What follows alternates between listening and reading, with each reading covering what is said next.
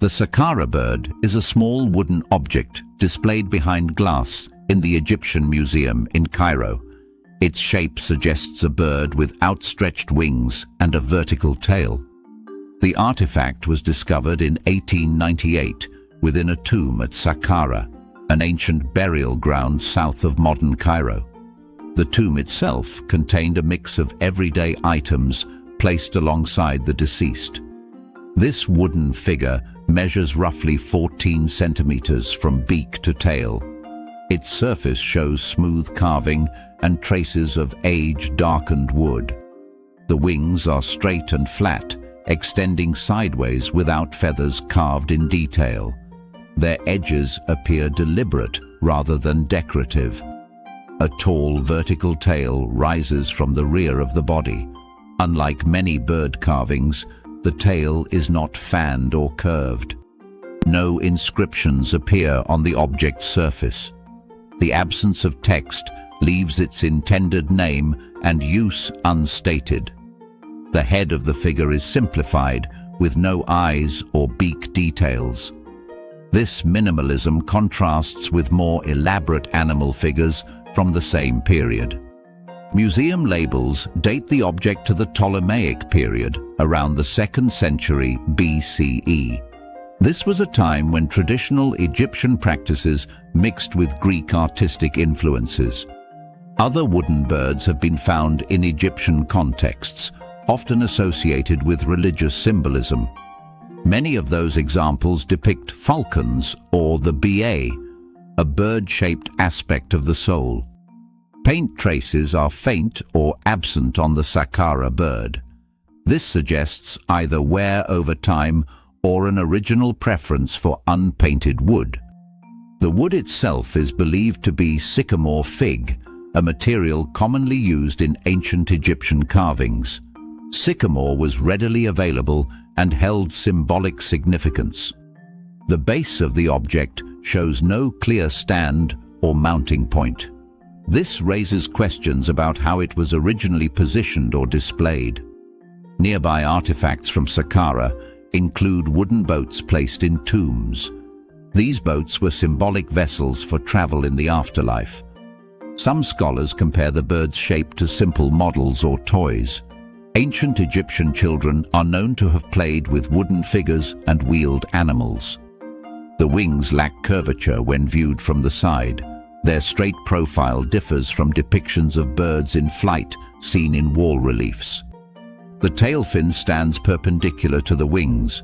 This geometric arrangement appears intentional. Tool marks are subtle but visible along the body. These marks align with carving techniques used by craftsmen of the period. No written records from the tomb describe the object. The silence of the burial context leaves interpretation open.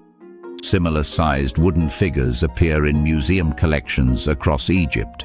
Most are clearly labeled as ritual or decorative items.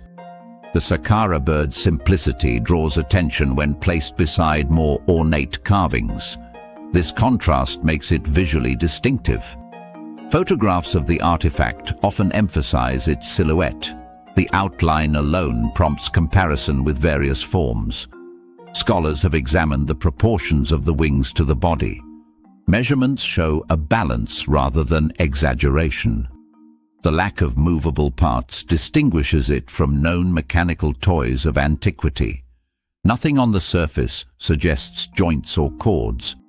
Ancient Egyptian iconography frequently used birds to convey concepts of protection or movement. Context often clarifies meaning, but here context is limited. The vertical tail does not resemble the tails of common Nile birds in art.